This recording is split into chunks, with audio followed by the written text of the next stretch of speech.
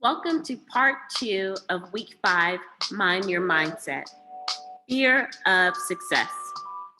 Most people think about the fear of failure, and surely that is a real thing.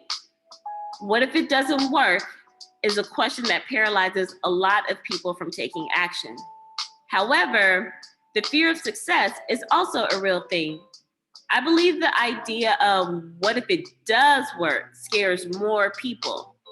This is about familiarity rather than the comfort zone of liking your current state. So think about it. How many people you know hate their jobs, complain about it, but keep going back day after day without making a change? It's like the story I heard about this dog on the porch. I think it was from Les Brown, I believe that's where I heard the story from. And he talks about like every day he will walk past this elderly couple's house. And after a few days of walking by, he always heard a dog like wailing, on the porch. So one day he decided to go up, and ask the couple, "Hey, what's wrong with your dog?" And the elderly woman said, as she was rocking in her rocking chair, "Well, the dog is laying on a rusty nail." So then Les said, "Well, why doesn't he move?" And the little old lady said, "Well, lying on the rusty nail, it hurts just enough for him to cry about it, but not enough to make him move." And that stuck with Les. And he uses that story like in a lot of his motivational speaking topics. And that story also stuck with me. Like, how many of us are in situations that we don't like, but they don't make us so uncomfortable that we make a change. People like what's comfortable, what they know, even if it hurts a little bit. People say they want to be successful until it requires change. Want to know why? Because success equals change. Success holds you accountable because it makes you do things that require you to push past your limit line. You know, the place where you always stop because it's comfortable. I'm about to share something that's sort of a guilty pleasure. Don't ask and don't judge. I like watching shows like My 600-Pound Life, Family by the Ton, and The 1,000-Pound Sisters. I'm always amazed at the journey that people take and which path they choose, whether it's to get healthy or not. I find it interesting that some of the people say they are emotional eaters and addicted to food because it makes them feel good. And I know that's a real thing. And I know I tend to have those qualities and traits.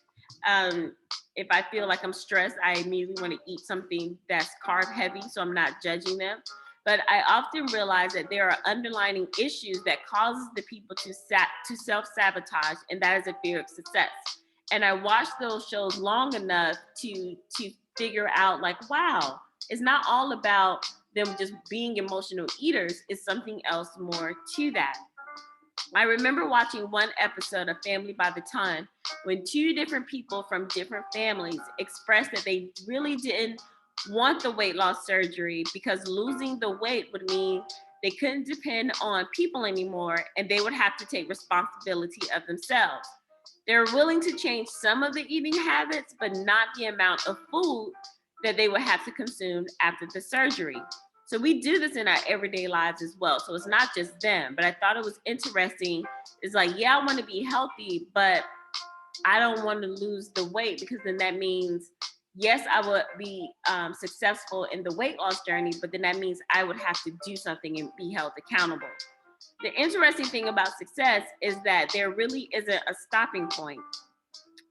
We can get to any level that we want to be. We say we want to grow our businesses, save money, and have more meaning relationships, but how often do we focus on the parts that causes us change? You can keep going higher and higher until you decide to ease up. So do you really want to be successful? That's a question you have to ask yourself. So it's time to mind your mindset. In your self-work, think about this. Do you really want to be successful? Maybe you had these thoughts. It's time to bring your subconscious to the conscious level. You must deal with these feelings to determine if your fear is of failure or success. You may be surprised. I had to answer these same questions whenever I feel myself slowing down or procrastinating on doing things I know I'm supposed to be doing. What would others demand of me when I become successful? What will my family say? What will they want from me? How will my friends and family interact with me? Would it be the same? And those are real questions that I think about, and I want you to think about them too. I think bringing the true feelings to the surface is part of growth.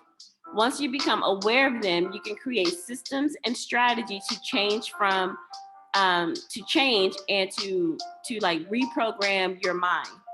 So after doing this work, I would love for you to come into the Facebook group and share with us, and so we can celebrate your success. Happy writing.